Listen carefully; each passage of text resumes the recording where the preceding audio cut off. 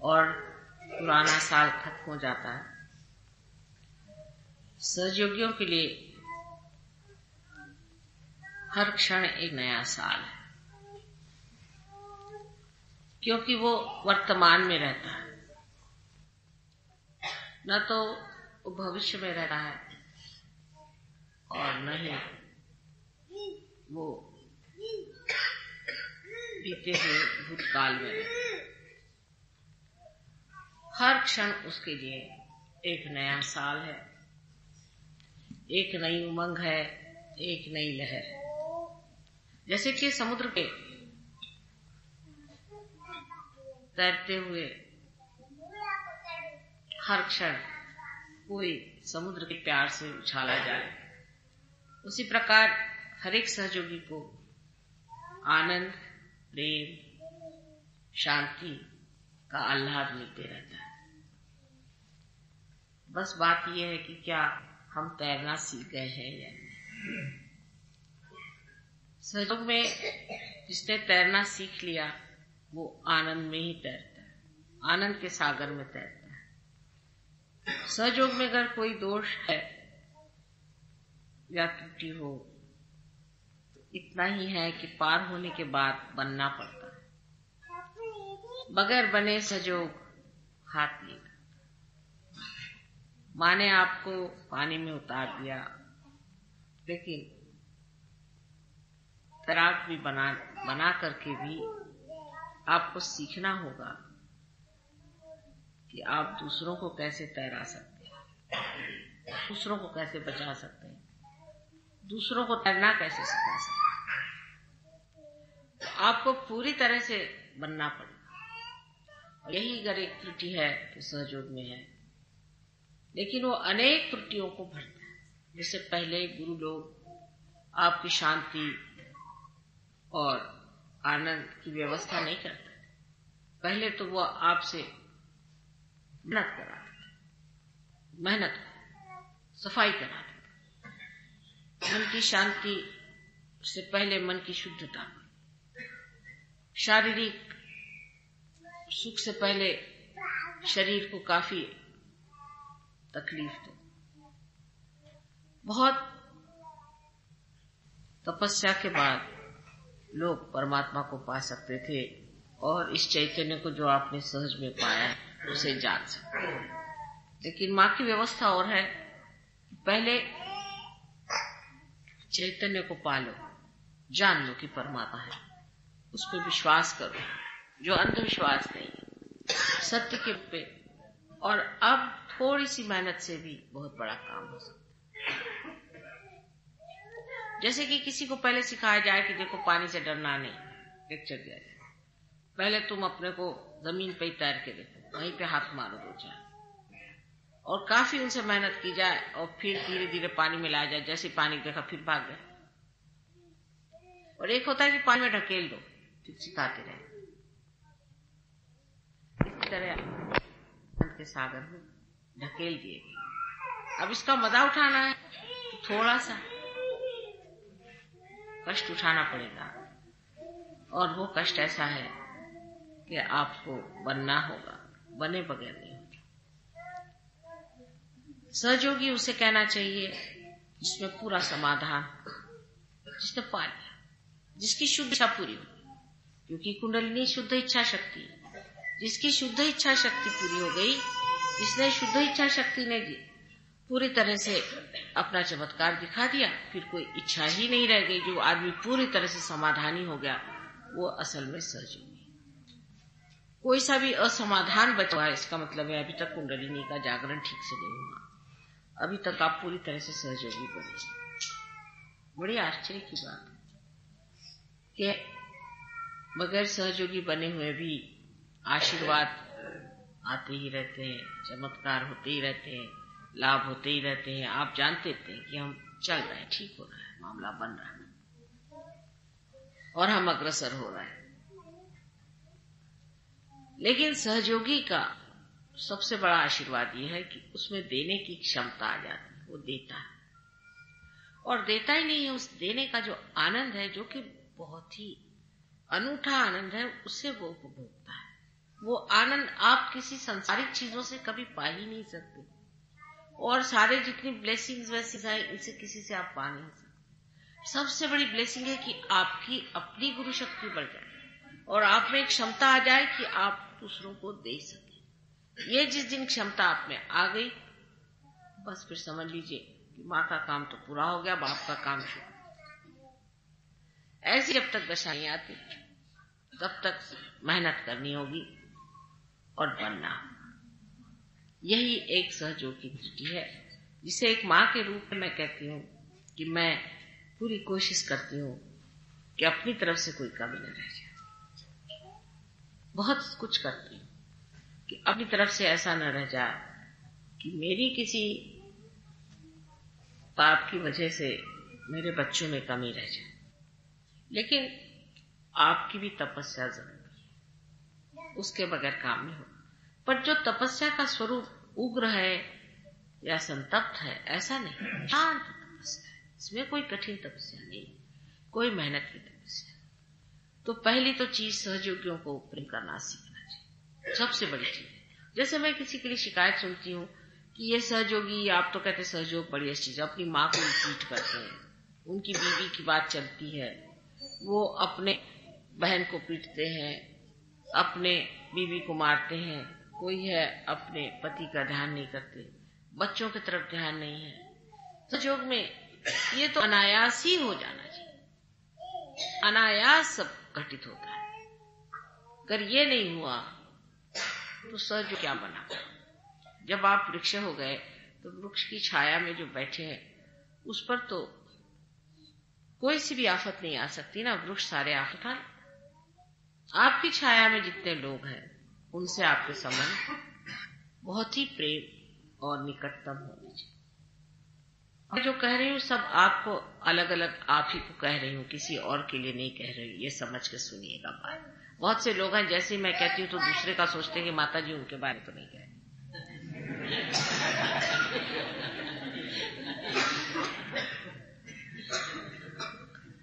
तो अपनी ओर ये देना चाहिए कि माँ हम सबको अलग अलग प्यार करती है, हर एक के बारे में जानती है अलग अलग। उसी प्रकार हमको भी हर एक के बारे में अलग अलग जानना है। जब हम अपने घर वालों ही को नहीं प्यार कर पाएंगे तो हम बाहर वालों को नहीं कर सकते। घर वालों की जरूरतें मानते हैं, बहुत से लोग पार भी नहीं हो सकते, उनमें त्रुटियां होंगी, लेकिन उनकी जो जरूरतें हैं उसे करें। पार की भी बात वो तभी माने जब आप में कोई अंतर देखें। अगर आप डंडा लेके कहें तुम पार क्यों नहीं होते और तुम सहयोग में क्यों नहीं आते, तो कोई नहीं सहयोग में। उल्टे ये तरीका सहयोग का नहीं है। सहयोग का तरीका है कि अपने पहले आदर्श से, अपने स्वयं व्यक्तित्व से दूसरों को प्रभावित। जब दूसरा प्रभावित हो जाएगा तो धीरे धीरे उसे सहज में लाओ। कोई ठेल ठाल के आप ले भी आए, समझ लीजिए ढकेलते हो वहां से ले आए, किसी को बिठा दिया, क्या वो पार हो जाएगा? ये आप ही बताओ। पूर्ण स्वतंत्रता में उसे आना होता है। आज नहीं कल ठीक हो जाए। तो ये ख्याल रखना चाहिए कि जब हम बन रहे हैं तो हमारे साथ अनेक बन रहे हैं, और वो जो अनेक है उनकी दृष्टि हमारे ऊपर है। हम कैसे बन रहे हैं ये बहुत जरूरी है। और इसमें ये बात नहीं, समझ लीजिए आपके कोई गुरु हो, रियलाइज सोल भी हो, तो वो बेचारे अपनी ही मेहनत से जो कुछ करना है करते हैं, आपसे नहीं कहेंगे कि आप भी कुछ बनिए। कहेंगे ये तो बेकार है ही, चलो बस हमको गुरु मान लिया, इसी में धन्य समझो, अगले जन्म देखा जाएगा। लेकिन माँ ने जरा बड़ा काम निकाला है, वो चाहती कि हर एक को गुरु बनाना है, जरा कठिन काम, और नहीं भी है। आप जानते हैं कि आप लोग सब बन रहे हैं, धीरे धीरे सब घटते जा रहे हैं, बनते जा रहे हैं। इसलिए जिस वक्त आप बन रहे हैं आप दूसरों का ख्याल बहुत करें। आपके अड़ोसी पड़ोसी सब लोग, सबको आप क्या माफ कर देते हैं? क्या आपने सबको क्षमा कर दिया? क्षमा करना बहुत सीखना है। बहुत बार कहा है कि क्षमा जो है ये सबसे बड़ा साधन और सबसे बड़ा आयुध हमारे पास में, और इस बड़े आयुध को हम लोग इस्तेमाल नहीं करेंगे, उसका उपयोग नहीं करेंगे, तो हमारे पास और कोई इस कलयुग में और साधन नहीं जुट पाए। क्षमा का साधन करके क्षमा कर, दृष्टि से लोगों की ओर देख रहा है। क्षमा से ही शांति आती। जिसमें क्षमा नहीं आएगी उससे शांति नहीं मिलती। पहले तो आप सबको क्षमा करें और फिर अपने को भी क्षमा करें। दोनों चीजें जब आप कर पाएंगे तभी आप देखिएगा कि आपके अंदर स्वयं शांति आ जाएगी। आज्ञा चक्र खुल जाएगा तो शांति के द्वार खुल जाएंगे। और अब बच्चों को बाहर ले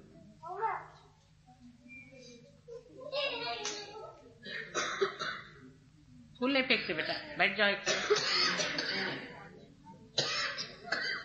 अब दूसरी बात जो मेरे सामने हमेशा रहती है और मैं आपसे कहती भी हूँ कि इस बनने में आपकी मेहनत जो है उसमें एक तरह का डिसिप्लिन आना पड़ेगा।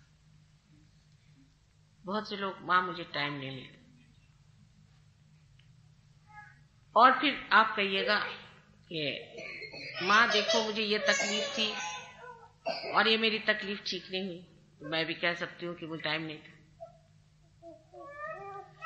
चाहे मैं आपसे मिलूं या ना मिलूं, आपके लिए मेरे पास हमेशा टाइम रहता है। मेरा काम 24 घंटे का है। आपको सिर्फ अपना ही काम करने का है। इसके लिए आपको टाइम और डिसिप्लिन जरूर जोड़ना पड़ेगा। इस शरीर को डिसिप्लिन के बगैर ये वैसी मोटर कार हो जाएगी जो सबको रौंदते चलेगी और न जाने किस गड्ढे में जाके गिर जाए। इसको डिसिप्लिन करने के लिए बहुत आसान तरीका है। पहले अपने की ओर देखें कि इसके अंदर दो शक्तियां जो चल रही हैं, एक तो इच्छा शक्ति और दूसरी कार्य शक्ति। इच्छा शक्ति जो है उसमें होना चाहिए, एक ही इच्छा होना चाहिए, शुद्ध इच्छा। शुद्ध इच्छा क्या है कि आत्माकार हम हो जाए, आत्मा से एकाकार। ये शुद्ध इच्छा। बाकी सब इच्छाएं आप छोड़ दीजिए इस वक्त, एक क्षण के लिए तो छोड़िए, और कुछ नहीं मां से मांगना, बस आत्मा से एकाकार हो। एक ही शुद्ध इच्छा को मांगे, बाकी सब छोड़िए।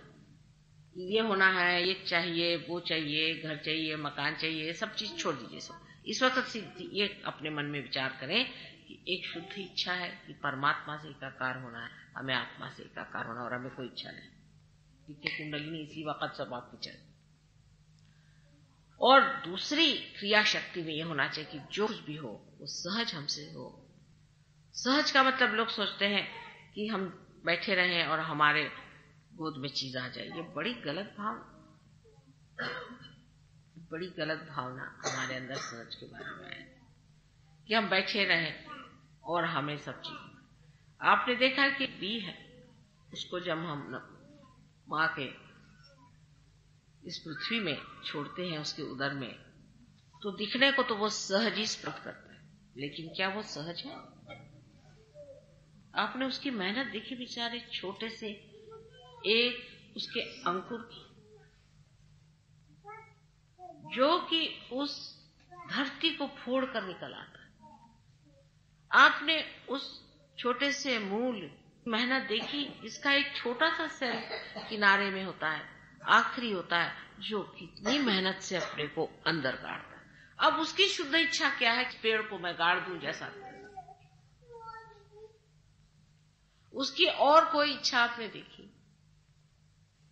उसमें सिर्फ एक ही विचार होता है, किसी तरह से मैं जमीन के अंदर ऐसी जगह पहुंच जाऊं जहां से पानी या स्रोत को पहुंचा दूं, और वहां से पानी खींच करके मैं इस पेड़ को दे सकूं। और वो कुछ नहीं सोचता। और इतनी मैं पत्थरों से लड़ता है, मिट्टी से लड़ता है, कोई उसे रौंदता है, कभी कुछ करता है, सब चीज से गुजरता हुआ धीरे धीरे बड़े विजडम के साथ अपना चलते जाता है। कोई पेड़ आया, कुछ आया बीच में, तो उसके गोल घूम जाएगा, उसकी जड़ें आएंगी तो उसके गोल घूम जाएगा, और कहीं करके पत्थर होगा तो उसके भी गोल घूम के और अपना मार्ग बना लेगा। उसी तरह एक सहयोगी को बहुत सूझबूझ के साथ चलना चाहिए। समझदारी अपने ऊपर जिम्मेदारी के तौर पर, हम समझदार लोग, हमारे अंदर समझदारी जो है ये हमारा एक ब्रीद है, हमारा एक ध्येय है। समझदारी जो है उसको हम अपने ऊपर, जैसे कोई आदमी शान से तिलक लगाता है, ऐसे समझदारी का हमने तिलक लगाया और हम समझदार। समझदारी का मतलब है जो आदमी समझदार होता है वो टैंट्रम में नहीं जाता, बिगड़ता नहीं, छोटी छोटी चीजों के लिए फिसलता नहीं है और कहता नहीं कि ये चीज ठीक नहीं है, वो चीज ठीक नहीं। समझदारी से देखता, बड़प्पन की निशानी, मैच्योरिटी की निशानी। सहयोग में जो आदमी मैच्योर नहीं हो सकता वो सहयोग के लायक नहीं है, सहयोग के लायक नहीं। आपको मैच्योर होना पड़ता है और समझदार। दिखने में चीज जितनी कठिन है उतनी नहीं। हमने छोटे छोटे बच्चों को भी देखा है सहयोग में बड़े समझदार और हर चीज को बड़ी समझदार से समझते। उसी तरह से आप में ये समझदारी का तिलक लग गया है कि आप सहयोगी हैं और समझती, और इसमें आपकी माँ की शान की बात है। जो ना समझ है उनके लिए लोग यही कहेंगे कि इनकी माँ ने कोई इनको शिक्षा नहीं दी, बिल्कुल बेकार। कहने को तो आदिशक्ति है और कुछ बच्चे देखो तो बिल्कुल बेकार। इस समझदारी को लेते हुए आपको अपनी ओर देखना चाहिए कि हमारे ऊपर इसका उत्तरदायित्व है, जिम्मेदारी है कि हम संसार के सामने एक समझदार इंसान बने। आज नया साल के इस शुभ अवसर पे मैं आपसे एक बात कहना चाहती हूँ कि आप सहयोग में हम लोगों को बहुत मैच्योर हैं। नए लोग आए, बड़ी खुशी की बात। उनके आगे जो पुराने सहयोगी हैं उनकी समझदारी आए हैं, अभी पार नहीं हुई। कुछ है, किसी में थोड़े वाइब्रेशंस आ रहे, किसी में नहीं आ रहे, कुछ कमी है, किसी में कुछ प्रॉब्लम है, कोई एक से ही ज्यादा पार हो गया है तो वो अपने को समझ बैठा है कि मैं बहुत बड़ा आदमी। सब तरह की गलतियां होती। आपने भी ये गलतियां करी हैं तो उसको भूलना है। ये उनके प्रति एक तरह का बड़प्पन का मतलब नहीं कि नखरे करना या अपने को दिखाना कि हम बड़े आदमी। बड़प्पन का मतलब है एक तरह की पैटर्न फीलिंग, पितृत्व की फीलिंग, मातृत्व की फीलिंग। इससे उनके ओर देखना, उनके प्रति प्रेम, जो कि माँ का आप प्रेम है उसी तरह का आपका प्रेम। अगर हम ये सोचते कि दुनिया के लोग जो हैं वो बेकार है तो कुछ काम होता क्या सोचो। या अगर हम अपने से किसी को तौलते बैठे रहते तो हम तो बिल्कुल अकेले हैं दुनिया में, किससे तौले अपने को। लेकिन वो सवाल ही नहीं उठता। यहाँ तो ये है कि कितनों के अपने आंचल में भर लें। अभी हमारा वजन ही कम हो रहा है, इस आंचल में किस किसको भर लें, किसे किसे रखें, यही एक फिक्र लगी रहती। इसी प्रकार आपकी भी दृष्टि में वो समझदारी का प्यार हो। उसमें ये नहीं कि आप लोगों को कहे कि कोई आप बहुत बड़े अकड़ू खां हैं, लेकिन एक अत्यंत सरल सहज प्रेम भाव अपने अंदर रखना चाहिए। और उस सहज सरल प्रेम भाव में पितृत्व की भावना, एक समझदारी की भावना रखनी चाहिए। मैं तो आप पे बहुत विश्वास रखती हूँ, बहुत विश्वास रखती हूँ किसी भी मामले, चाहे वो पैसे की बात हो चाहे समझदारी। मैं भी सोचती हूँ मेरे बच्चे कभी ना समझ नहीं हो सकते, कभी कभी होते हैं, लेकिन विश्वास मेरा पूरा है कि आप लोग सब बहुत समझदार, बहुत ऊंचे किस्म के। अब देखिए अपने देश में भी कितनी हालात खराब, ढूंढे से भी कायदे का एक आदमी। अब सहयोग में आने के बाद अगर आप अपने हालात ठीक नहीं करेंगे तो जैसे करोड़ों इसमें पड़े वैसे ही आप होंगे विशेषकर। आपको एक विशेष रूप से होना है। अब बहुत से लोग ये कहेंगे कि माँ देखो आजकल अगर बेईमानी नहीं करो तो पेट नहीं भरता। बात से आप छोड़ के देखिए, परमात्मा के साम्राज्य में कोई भूखा नहीं मर सकता। योगक्षेम वहाम्यम, योगक्षेम वहाम्यम, फिर से कहेंगे योगक्षेम वहाम। योग होने के बाद क्षेम की जिम्मेदारी हमारी है। इसलिए कोई भी गड़बड़ काम करने की जरूरत नहीं, कि सब हम देखें कैसी कैसी हालात से आपको परमात्मा ने बचाया है और वो बचाएंगे आप, उसकी आप निश्चित रहिए। इसलिए किसी भी चक्कर में आने की जरूरत नहीं। आजकल 1000 चक्कर चल पड़े, हर तरह के चक्कर हैं, जिसमें से सहयोगियों को नहीं, समझदारी का है। अब जैसे कि हमारे यहाँ अभी यहाँ डाउरी सिस्टम चल रहा है, सहयोगियों को किसी को भी डाउरी ना शोभा नहीं देता। किसी को भी डाउरी देना शोभा नहीं देता, न लेना। पहली बात यह है कि ऐसी ओछी बात है। दूसरी ये, बहुत से लोगों में तो कि हमारी ही जाति में हम विवाह करेंगे, ये भी मूर्खता का लक्षण। आपकी जाति कौन सी? आपकी तो जाति नहीं, आप तो योगी हो। योगियों की कोई जात नहीं होती, सन्यासी की भी कोई जात होती है क्या? अभी हम एक दरगाह पे गए थे तो उन्होंने कहा कि साहब जो अज्ञा थे, चिश्ती जो थे, उनके नेव्यू ये भी अवलिया थे। तो मैंने क्या, अवलिया की क्या जात होती? कहले अवलिया की तो कोई नहीं जात होती, हम भी अवलिया, हमारी कोई जात नहीं। जात का मतलब होता है एप्टीट्यूड, जाति, जात जो जन्म से पाया। जन्म से वो पाना नहीं होता कि ब्राह्मण कुल में पैदा हुए, कि वैश्य में, कि शूद्र में, ये नहीं होता। आप जो पैदा हुए, आपका एप्टीट्यूड क्या है। अपने देश की दूसरी बीमारी है जाति, जिसको नानक साहब ने बहुत तोड़ा नानक कबीर ने तोड़ा, लेकिन अब इन्होंने दूसरी जाति बना दी, उसमें भी अब जाति बन गई। सिखों में भी कोई कम जातियां, वो भी जाते हो गए। सिख एक जात हो ही नहीं सकती, जो सिख है वो तो जात हो ही नहीं सकती। वही तो बात है, जो कुछ जो तोड़ता है वही वो बन जाता है। कैसे हिंदुओं में जो जातियां थी, वो भी सारी जितनी भी जाति थी, वो सारी आपके कर्म के अनुसार थी। नहीं तो आप ही बताइए कि मत्स्यगंधा जो कि एक धीमरनी थी, उसका लड़का, जो कि उसका विवाहित रूप में बच्चा नहीं पैदा हुआ था, इस तरह का बच्चा व्यास हुआ जिसने गीता लिखी। सोचे कहां से कहां बात पहुंच गई। क्यों ऐसा?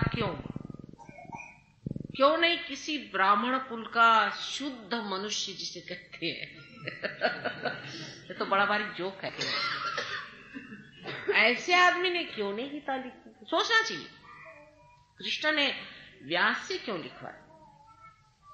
क्या वो तो इसीलिए कि यही धारणा तोड़ने के लिए कि मत्स्यगंधा से जो पुत्र हुआ है उससे मैं गीता लिखा। विदुर के घर जाकर उन्होंने साग खाया, इसी चीज को तोड़ने के। बिल्ली के बेर झूठे खाए राम ने, क्यों? क्योंकि ये इस तरह की बेवकूफी की बातें तोड़ने के लिए। वो क्या उनको बेर के बगैर क्या जी नहीं सकते थे क्या? और पर कोई खा भी ले, हाँ रामचंद्र जी खा, तो फौरन जाके मुंह धो लेंगे।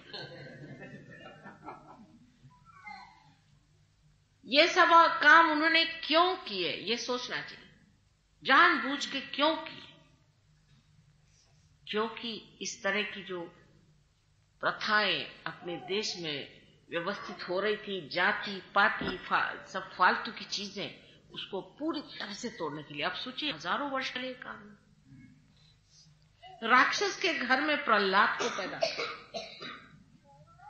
स्वयं कृष्ण का मामा राक्षस। कहां से कहां देखिए उनकी छलांग कहां मारी, देखिए। कृष्ण ने भी उतरे कहां, मामा राक्षस। अरे भाई, कोई और अच्छा नहीं मिला था तुमको? कंस ही को मामा बनाना था, हाँ? क्यों बना? सोचना चाहिए। इसलिए कि मामा होते हुए भी उसका मर्दन करना है। रिश्तेदारी है जिसके पीछे में हम लोग देश बेच देते हैं। ये रिश्तेदार, मेरा भाई, ये मेरा बेटा, ये फलाना, ये सब हो जाए। इस और व्यर्थ की चीजों में हम इतना महत्व देते हैं। उनका चाहे कंस राक्षस है तो मेरा मामा हो चाहे ढामा हो, उसको मार दे। इसलिए इस तरह की जो हमारे अंदर हिंदुस्तानियों की खास चीज है। अंग्रेजों का बात और है, उनसे बात करते हो तो और बात करनी पड़ती है। आप लोग की बात और, उन लोग के यहाँ तो बेटा वो तो किसी को नहीं मानते, माने और उससे रिश्ता तो कोई नहीं होता। बेटा बाप को मार डालेगा, बाप है बेटे को मार डालेगा। मानो सभी राक्षस है इस मामले। और हिंदुस्तान के लोग यह है कि अगर बेटा है, अगर वो मर्डरर भी है तो भी माँ जो है कहेगी बेटे कोई बात नहीं, मर्डर ही करके आए ना, हाथ दो खाना खा लो।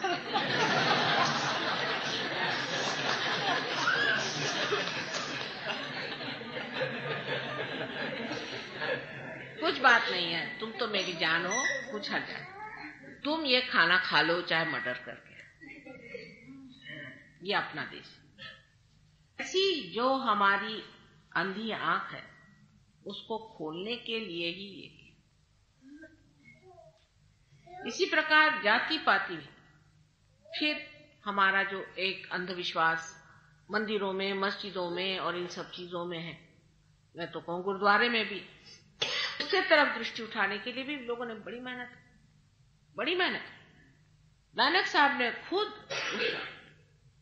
ग्रंथ साहब इसलिए बनाया कि उन्होंने कि बाकी सब शास्त्रों में तो लोग इंटरप्रिटेशंस लगाते हैं, तो उन्होंने जो रियलाइज सोल्स थे ऐसे ही गुरुओं का वो ग्रंथ साहब बनाया। अब वही ग्रंथ साहब पढ़ रहे, भाई उसमें क्या लिखा है वो तो देखो, जो बात उन्होंने असल कही उसका इसेंस तो पकड़ो, नहीं तो नानक साहब के साथ भी तो ज्यादती हो रही है।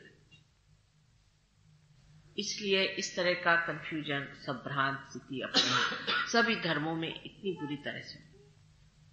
यहां तक लोग कहते हैं कि मोहम्मद गजनी जो थे वो स्वयं साक्षात कृष्ण का अवतार था, क्योंकि ब्राह्मणों ने लूट मचाई थी, इसलिए कृष्ण ने मोहम्मद गजनी का अवतार लिया।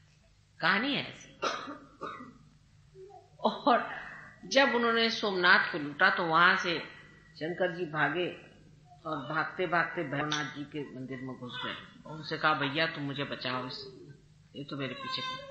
कहा कि आप तो शिव जी हैं, आप किससे डरते हैं, आपको क्या डरने की बात है, आप तो एक त्रिनेत्र खोल दीजिए तो अभी ठीक हो जाए। कहा भैया तुम जाके देखो ये कौन है, वो सो रहा है। जाके देखा, इन्होंने कहा भैरवनाथ जी जो गए तो उन्होंने देखा कि वहां विराट साक्षात सो रहा है। उनका बाबा, अरे बाबा इनको कौन मारेगा।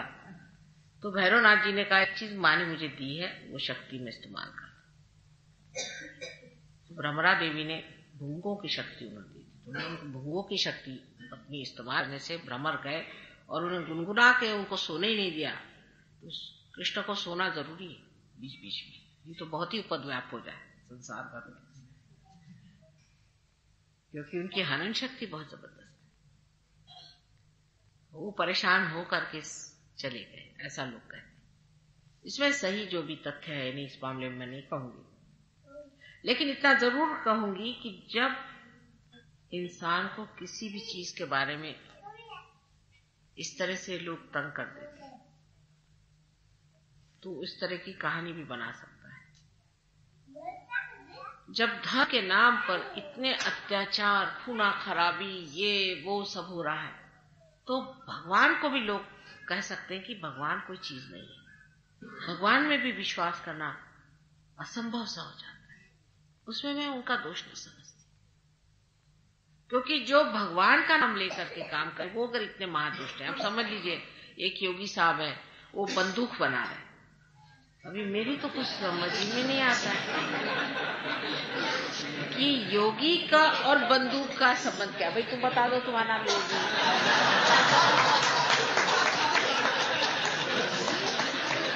मुझसे बहुतों ने पूछा कि योग का बंदूक का क्या संबंध। मैंने कहा ना तो कृष्ण का आयुध है ना देवी का बंदूक। ये कोई आयुध जोड़ रहे होंगे। तो इस प्रकार के विक्षिप्त और विचित्र लोग आजकल के जमाने में संसार में आए। इससे भी भगवान का नाम जो है लोग सोचते हैं कि तो कहने की बात है कि भगवान है, भगवान होने से। अब सजयोगी सिर्फ जानते हैं, पक्की बात जानते माने सिर्फ बुद्धि से नहीं, लेकिन वाइब्रेशन से कि परमात्मा है और उनकी विश्वव्यापी शक्ति है, संचालित है, सिर्फ सहयोगी जानते। अब जान तो बहुत कुछ लिया आप लोगों ने। मैं आपसे बताती हूँ, आप लोग जितना जानते हैं बड़े बड़े योगी भी नहीं जानते। मैंने असली योगी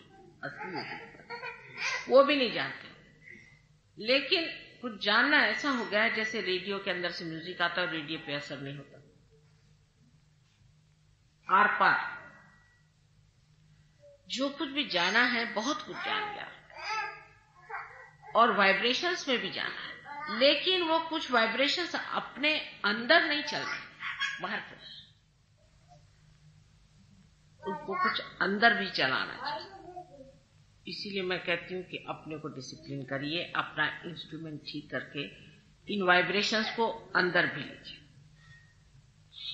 इसमें कहूंगी महाराष्ट्र में लोग मेहनत बहुत करते, बड़े मेहनती, और इसीलिए सहयोग में उनकी प्रगति बड़ी गहन हो रही, गहरी हो रही। इसलिए आपको ध्यान देना चाहिए कि रोज सवेरे उठकर, अब इंग्लैंड में यहाँ की इतनी ठंड पड़ती है, और अंग्रेज को अगर सबसे बड़ा गुनाह है, चाहे आप मार डालिए, उसका खून कर डालिए, वो कुछ नहीं कहेगा, लेकिन अगर उसको सुबह आपने जगा दिया तो हो गया, आप खत्म। उसके बाद इससे बड़े महान पाप है ही नहीं इंग्लैंड में। अगर आपने किसी को सवेरे 9 बजे से पहले जगा दिया तो सांप से महापापी दुष्ट राक्षस कोई। ऐसे देश में लोग 4 बजे उठ के नहाते हैं, 4 मेहनत, क्योंकि वो जो पहली डिसिप्लिन थी अब उन्हें सहयोग में लगा। हम लोग को तो कभी डिसिप्लिन नहीं रहे, हम लोग सब मुक्त लोग हैं, सभी आत्मा है, ब्रह्मा से ब्रह्म ब्रह्म, सब लोग ब्रह्म बने बैठे। उन लोगों ने इतनी मेहनत की तो क्या हम लोग नहीं कर सकते? अब सवेरे 4 बजे माता जी उठने को मत बोलिए, बहुत ज्यादा होता है, मैं नहीं बोलती, पर आप खुद ही सोचिए कि आपको टाइम कब है। सवेरे उठ करके ध्यान में वो लोग बैठते हैं, लंदन की ठंड, और उस मेहनत से ही वो लोग पा गए। वहां तो नर्क है, जब नर्क में उन्होंने स्वर्ग खड़ा किया तो स्वर्ग में थोड़े से दीप लगाना कोई मुश्किल नहीं, ये तो स्वर्ग ही, वो बातें छोड़ दीजिए, ये तो बहुत बड़ी चीज है। ये देश बहुत महान देश, इसमें एक काम करना कोई मुश्किल काम नहीं। तो इसलिए मैं बता रही हूं कि कल के भविष्य के जो नेता लोग हैं वो आप ही यहां बैठे हुए हैं। कोई राजकीय या सामाजिक और जितने भी तरह के इक हैं वो सब में आत्मा का ही प्रादुर्भाव होगा, नहीं तो काम नहीं चलेगा। कल के नेता आप लोग, आप ही में सहयोग से तैयार हो। और अब मुझे पूछना यह है कि आप में से इतने कौन लोग हैं जो इसके लिए तैयार हैं कि अपना जीवन एक शुद्ध, सुंदर एवं पूरी तरह से डायनामिक, पूरी तरह से निर्भय होकर हम एक विशेष रूप के इंसान बनना। और हैं, आपको हो गया। आप जैसे कहते हैं कि द्विज हो गए, एक अंडा था, जैसे समझ लीजिए ये ईगो सुपर ईगो का, ये टूट करके और आप अब पक्षी हो गए। लेकिन एक छोटा सा बच्चा पक्षी एक अंडे से भी कमजोर होता है, इसलिए इसे बहुत बढ़ावा देना चाहिए, संभालना चाहिए, संजोना चाहिए और शुद्धता रखिए। प्रेम शुद्ध हो, शुद्ध प्रेम, इसकी भी भावना बहुत कम लोगों को है कि शुद्ध प्रेम क्या होता है। शुद्ध प्रेम वो होता है कि जिसमें न कोई किसी प्रकार का ग्रीड है और न ही किसी प्रकार की लस्ट है, माने ना कोई तरह की लालसा है, ना लालच है, और ना ही उसमें कोई तरह की गलती, वो बहते रहता है अव्याह। इस शुद्ध प्रेम का अपने अंदर से प्रकाश पहना चाहिए, ये शुद्ध इच्छा हमारे अंदर होनी चाहिए। और जब ये होने लग जाता है तभी आप वंदनीय सहयोगी हो जाते, उससे पहले। और ये एक जो बनने की विशेषता है, इसकी और जरूर ध्यान दिया जाए। आप आ जाएंगे कि माँ देखिए हमारा ये चीज ठीक कर दीजिए, माँ वो ठीक है, हाँ भाई चलो ठीक कर देंगे, लेकिन आपका कुछ बनेगा नहीं मामला। कोई बच्चा है कहता माँ हमें दे दो, चलो लो, तुमको चाहिए नहीं लो, लेकिन आप कोई विशेष तो बने, आपने कुछ पाया। आप ऐसे ही माँ के आगे पीछे दौड़ते रहे, क्या फायदा। आपका जो कुछ माँ बनाना चाहती वो अगर आप नहीं बनेंगे तो माँ की भी तो शुद्ध इच्छा पूरी नहीं होगी। एक अजीब तरह की बात है कि आपको बनाना चाहिए, ये मेरे अंदर शुद्ध इच्छा, और आपके अंदर शुद्ध इच्छा है कि आप कुछ बनना चाहते हैं। जब हमारा ऐसा मेल बैठा हुआ है तो सिर्फ शुद्ध इच्छा पे रहे हैं, और शुद्ध इच्छा पे रहने के लिए शुद्ध प्रेम वही चीज, शुद्ध प्रेम। और शुद्धता लाने के लिए अपने चित्त को शुद्ध करना चाहिए। हम किसी के यहां जाते हैं तो क्या कहते हैं, अरे इनके यहाँ इतनी अच्छी चीज आई है, ये कहां से आ गई, ये कैसे आ गई, लगा दिमाग दौड़ना। ये नहीं देखते कितनी अच्छी चीज है, कैसी बनी है, वाह वाह वाह, देखिए इसका मजा उठाइए, अच्छा है, सर दर्द अपनी नहीं दूसरे की बड़ा अच्छा है। इस तरह से जब आप दूसरों की ओर देखें, ये मनुष्य आया, या अप्रिशिएटिव जबरा मिलना चाहिए, सबको पसंद करने की ताकत होनी चाहिए। लेकिन ज्यादातर दृष्टि दोषों पे जाती है मनुष्य। ऐसे कोई कहेगा साहब वो अच्छी तो है लड़की लेकिन अट्रैक्टिव नहीं। मतलब क्या अट्रैक्टिव माने क्या, आप एकदम जाके एकदम क्या उससे चिपक जाएंगे क्या, अट्रैक्टिव क्या, मेरी आज तक समझ नहीं आया अट्रैक्टिव माने होता।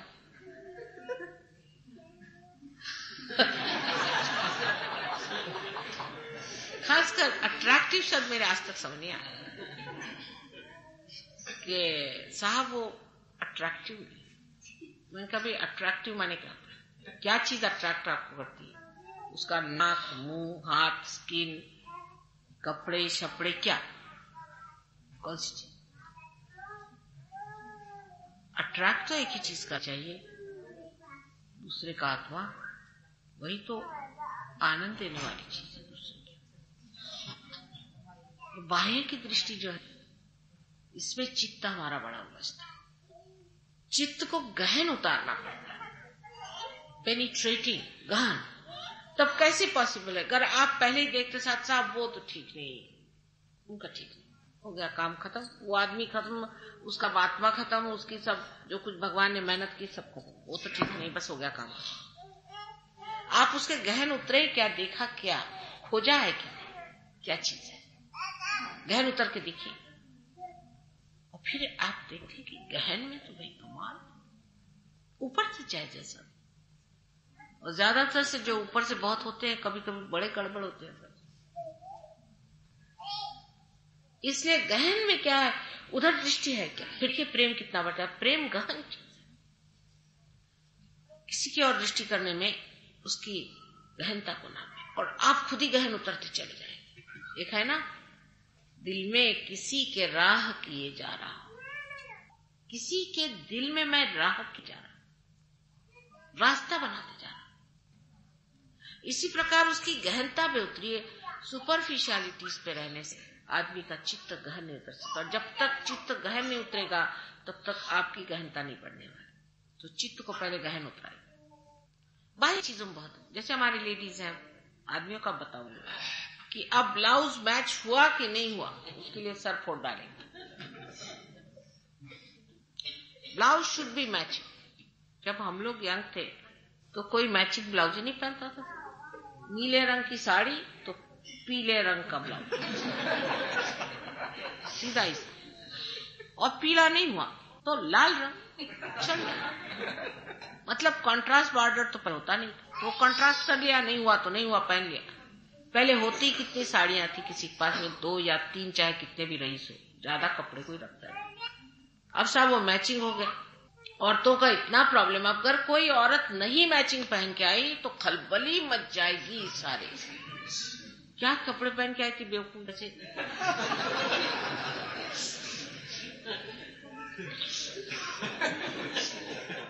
लेकिन वो अगर अजीब सा जीन पहन के आए, 2 सींग लगा के आए, वो मॉडर्न है, वो मॉडर्न हो। ऐसी जो हम लोगों ने चीजें नॉर्म्स बना ली है अपनी, उस नॉर्म्स में हो जाए। अब आदमियों की दूसरी बीमारी, उनको इतना कपड़ों से मैचिंग वैचिंग का टाइम कहां, तो घड़ी देखते रहते। हर एक आदमी की घड़ी कितना बज रहा है, कितना टाइम हो रहा है। जब निकलने का टाइम होगा तो बजाय इसके कि बाहर निकल जाए, इत्मीनान करें, और तो पूछे मैं, चलो भाई 2 मिनट बचे, 1 मिनट बचे, टाइम कीपर्स रहे होंगे। उतने में औरतें जो 25 चीज भूल गए, वो भी भूल गए और भागे, हड़बड़ हड़बड़ हड़बड़, इतना टाइम हो गया। घड़ी देखना और बताना और जताना, ये भी मॉडर्न चीज है। पहले जमाने में कोई ऐसा नहीं करता, क्योंकि ना तो पहले रेलगाड़ियां थी, और रेलगाड़ी कौन आपके यहाँ टाइम रखती है जो आप इतनी जल्दी करते हैं, न प्लेन कौन आपका टाइम रखते हैं। प्लेन में भागे जाओ भागे जाओ। आपको पता है यस्टरडे आपके सवेरे के गए हुए शाम तक बैठे रहे, प्लेन ही नहीं आया, बैठे हुए। लेकिन घर से निकलते ऐसी हड़बड़ हड़बड़, उसमें ये रह गया रे वो रह गया, एक बार गाड़ी जाके लाई तो भी प्लेन नहीं आया। आप कहोगे कि माई ये सब करे क्योंकि हम घड़ी के गुलाम हैं, हो सकता है। इतनी घड़ी की गुलामी करना भी आदमी को भी पागल बनाता है। जब आप सहयोग में आते हैं तो पता होना चाहिए कि प्लेन खड़ा रहेगा, आइए आराम से राजा साहब है, प्लेन जाने वाला नहीं, चाहे कुछ हो जाए, प्लेन वहां खड़ा रहेगा। या देरी से आ रहा होगा, अगर आपको देर हो रही तो कोई हद नहीं, राजा साहब से जाइए। और अगर समझ लीजिए प्लेन मिसती हो, दूसरे प्लेन से जाइए, हो सकता है उसमें कोई चीज बनने वाली, उसी में कोई सहयोग मिलने वाला, ऐसा बहुत कुछ होता है। और उसका तांता आप जोड़ते जाए तो कहां से कहां पहुंच जाता है। एक बार मैं जिनीवा से जा रही थी, बहरहाल मेरा तो प्लेन नहीं मिस हुआ अभी तक कभी, ये भी एक आश्चर्य की बात है, पर एक साहब का मिस हो गया था, तो तड़पड़ाते हुए पहुंचे प्लेन में, और उनको इत्तेफाक से मेरे पास जगह मिली। बड़े नर्वस, उनकी हालत खराब, महाराष्ट्रियन थे, तो मैंने समझ लिया कि ये आ गए मेरे चक्कर।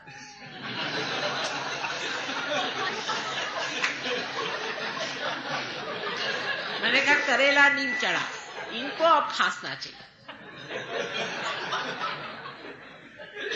तो मैंने मराठी में कहा, साहब आपको क्या परेशानी, क्या हो गई? तो उन्होंने मराठी में शुरू कर दिया, असली मराठी में, कहने ये प्लेन मैंने मिस किया, देखिए कितनी ये होगा। ऐसा कुछ नहीं मिस किया, आपके लिए कोई अच्छी चीज ही होने वाली इस प्लेन में। अरे और देखा होगा, क्या अच्छी चीज होगी? तो देखा, क्या आप माता जी निर्मला देवी हैं? मैंने कहा वो गए काम से हो गए प्लेन में, उनका नाम है डॉक्टर मुतालिक। और उनका, साहब मैं तो इतना परेशान था और क्या मालूम कि मुझे आत्म साक्षात्कार मिलेगा। मैंने कहा यही इत्मीनान से चलो। उसके बाद मालूम है कहां से कहां बात पहुंच गई, यूएन में वो ले आए, इसको ले आए, उसको ले आए, वो बहुत बड़े आदमी है, WHO के वो डायरेक्टर। लेकिन वैसे वो ना आते थे शायद, पर इत्तेफाक सहज हो गए पार।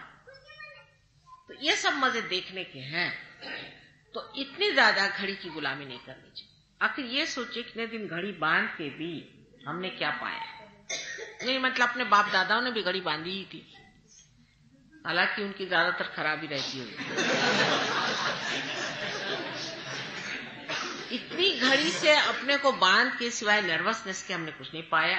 और इस घड़ी की गुलामी में जो आजकल मॉडर्न चीज हमने जानी है और जो निकल आई है वो है ल्यूकेमिया। इसलिए अगर आपको ल्यूकेमिया पाना है तो इस घड़ी को आप तिलांजलि दे दीजिए। कभी इसको आगे रखिए, कभी पीछे रखिए। मैं भी ऐसे ही करती, या एक ही कांटा रख लीजिए। जैसे किसी ने पूछा कितना बजा, है ना 1:30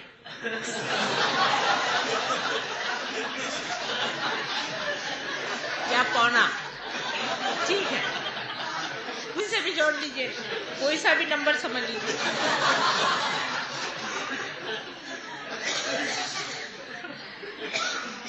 नहीं तो टाइम नहीं रहेगा एंजॉय करने का। अगर आप हर समय घड़ी की गुलामी करिएगा तो आपके पास टाइम कहाँ है एंजॉय करने के लिए? भाई अभी टाइम नहीं एंजॉयमेंट के लिए। कहाँ जा रहे हैं आप? इसको पकड़ना है, उसको पकड़ना है, जो भागा दौड़ है इसे आप बंद करिए। सब पागल जैसे भाग रहे हैं। इसी प्रकार की बातें और होती, पुरुषों की बातें और होती, लेकिन हमने अपने नॉर्म्स बना लिए। जैसे हमें टाइम से जरूर जाना,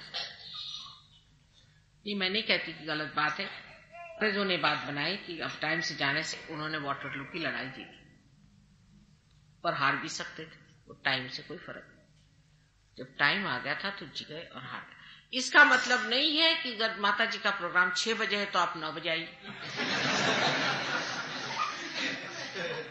जिसके लिए योगी परेशान है। और माँ साहब कि माँ जब भाषण देती तब चले आते, बीबी बच्चे सब लाइन से चले आ रहे हैं, माँ बोल रही है अपने चले आ रहे हैं। तो कहते हैं भाई माँ का दरवाजे तो सबको बंद नहीं, लेकिन माँ का तो दरबार था। दरवाजे तो ठीक, लेकिन दरबार है, वहां बहुत से बैठे हुए हैं, बहुत से ऐसे वैसे बैठे हुए हैं जिनसे बहुत बच के चलना चाहिए। ये आपको पता होना, यहाँ आने से पहले ही सब जमे हुए हैं, यहीं पे बैठे हो, उधर भी बैठे, उधर भी बैठे, वहां भी बैठे। इसलिए माँ के साथ लिबर्टी नहीं लेनी इस तरह की, वहां पर समय से पहले पहुंचना चाहिए। परमात्मा का काम, परमात्मा के काम के लिए पहले से सुसज्ज होके आइए, जान लेना चाहिए। लेकिन ये डिसिप्लिन आप अपना लगाइए, मैं नहीं लगाने वाली। 2-4 रपट पड़ेगी, फिर आप लोग फिर आ जाए। समय से पहले वहां पहुंचना चाहिए, अपने ऊपर जिम्मेदारी लेकर के आप जिम्मेदार हो गए, पहले से पहुंचना चाहिए। बच्चों को भी सिखाए, माँ का प्रोग्राम है, कोई हर्ज नहीं, 1 कप कम चाय पी तो कोई हर्ज नहीं, चलो आज माँ का प्रोग्राम, बहुत बड़ी बात है, इसलिए टाइम से पहले पहुंचना। लेकिन मैं नहीं कहूंगी, मैंने इनसे भी कहा दरवाजा खुला रहा, लेकिन आप ही को समझना है, आप ही को जानना है, और आप ही को मानना है, और अपने को संभालना है। किसी पर भी सहयोग में जबरदस्ती जुल्म, कोई चीज का रिस्ट्रिक्शन नहीं है हमारी ओर से, लेकिन वो हो ही जाता है ऑटोमेटिकली, आप जानते हैं, आप पे ऑटोमेटिकली इसका प्रतिबंध लग जाता है, क्योंकि परमात्मा के साम्राज्य का जो आनंद है तो आ ही रहा है, लेकिन उनके रूल्स रेगुलेशंस भी चलते हैं, और वो बड़े ही कमाल के रूल्स रेगुलेशन। इसलिए अपने को ही संभाल के रखना है, नतमस्तक होकर के ये सोचना है कि आज दरबार में जाने का। समझ लीजिए आपको दिल्ली दरबार में पहले लोग जाते थे, आप बताओ, तो 2 महीने पहले से तैयारी होती थी, स्पेशल कपड़े बनाए जाते हैं, और कैसे जाते हैं उसका रिहर्सल था। और अगर आप गए हैं तो वायसराय के सामने आप पीछे दिखा सकते, झुक के और पीछे ऐसे सीधे चले। अरे ये वायसराय होता किस बला का नाम, परमात्मा के पैर के धूल के बराबर भी नहीं है, उससे भी कम। उसका तो इतना महात्म्य, फिर हमारी माँ क्यों ना हो, लेकिन दरबार भरा हुआ है, और जो बड़े बड़े देवता लोग हैं वो कायदे से बैठे रहते हैं, सब आयु पहन, पूरा इंतजाम रहता है, पूरे खड़े रहते हैं, और सब तैयारी से पहुंचते हैं। देखिए वाइब्रेशंस पे आप कितने जोर के वाइब्रेशंस, वो सब सज्ज होते हैं इस वक्त जब हम बोलते हैं, तो देखिए कैसे वाइब्रेशंस। इसलिए आपको भी सतर्क हो, वो देख रहे हैं आप सबको कि कैसे आप चलते हैं, इसलिए संभल करके, बहुत नतमस्तक होकर के। ये बात आपको धीरे धीरे जान जाएगी कि आप कहाँ पहुंचे हैं, आपका स्थान क्या है, आप कौन सी ऊंची दशा में, उस दशा के अनुसार आप चलें।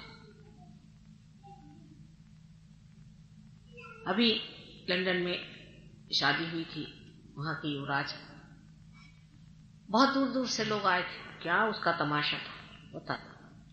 लेकिन के लिए अमेरिका से बेगम साहब की बीबियां, और वो 15 मिनट देर से आई, दौड़ते दौड़ते बात, और सारे दूर कमेंट्री ये कि ये औरत क्या समझेगी, ये तो एक मॉडल थी, अभी हो गई प्रेसिडेंट की बीवी, तो क्या हुआ, जो असली था वो तो सामने आ रहा, ये क्या समझेगी कायदा। तो वो तो कोई चीज ही नहीं, वो तो कोई चीज ही नहीं, लेकिन ये जो चीज है उसे कितनी बड़ी है, कितनी ऊंची है, कितनी महान है, उसको समझें। और इस महानता को पहचानते ही आप स्वयं उस महानता का विशेष आदर करें। मैं कोई रिस्ट्रिक्शन नहीं डालती, आपको ही ग्रो होना है, जो खुद ग्रो होगा, जो खुद ही इसमें बढ़ करके ऊंचा उठेगा, वो स्वयं को वैसे ही संवार लेगा, उसको कहने की जरूरत। कहने से जो काम होगा वो फिर क्या सहज हो। आप खुद अपनी समझदारी से इसमें एक बड़प्पन, अपनी प्रतिष्ठा लेकर उठे। आप स्वयं प्रतिष्ठित हैं और उस स्वयं को सामने रख कर दीजिए। आपसी बातचीत, आपसी का बोलना चाहना, सब चीज में स्वयं चालित होना चाहिए। ओनर ड्रिवन को स्वयं चालित करते हैं, पर स्व तो मिसिंग होता है उसमें। आपका स्व जागरूक है, उस स्व के तंत्र में चलिए, वही स्वतंत्र। और उस तंत्र में चलते हुए जो एक विशेष रूप आप धारण करते हैं, उसको देखकर ही लोग सोचेंगे, बाबा ये क्या चीज सामने चली। इस पागल दुनिया में बहुत जरूरत है इस वक्त। मुझे थोड़ी सी आपकी मदद की जरूरत है। अगर हो जाए तो ये दुनिया पलटने वाली है, बहुत जल्दी पलट जाए। आप लोग सब मिलकर के कोशिश करें, पूरी कोशिश करें कि अपना महात्म्य समझें। माता जी का महात्म्य है जो तो बहुत लिख गए, आप अपना महात्म्य लिखिए और ये जाने कि कहां से कहां लोग पहुंच गए और कहां से कहां पहुंचना है। आज नवे वर्ष के दिन विशेष रूप से ये कहने का है, आनंद से रहें, सुख से रहें, चैन से रहें, हंसते रहें, पर अपने प्रतिष्ठा में बंधे रहें। प्रतिष्ठा अपनी छोड़े ना। और वो दिन दूर नहीं जबकि आप देखिएगा कि दुनिया सारी आप लोग रोशन कर। आप सबको मेरा आनंद।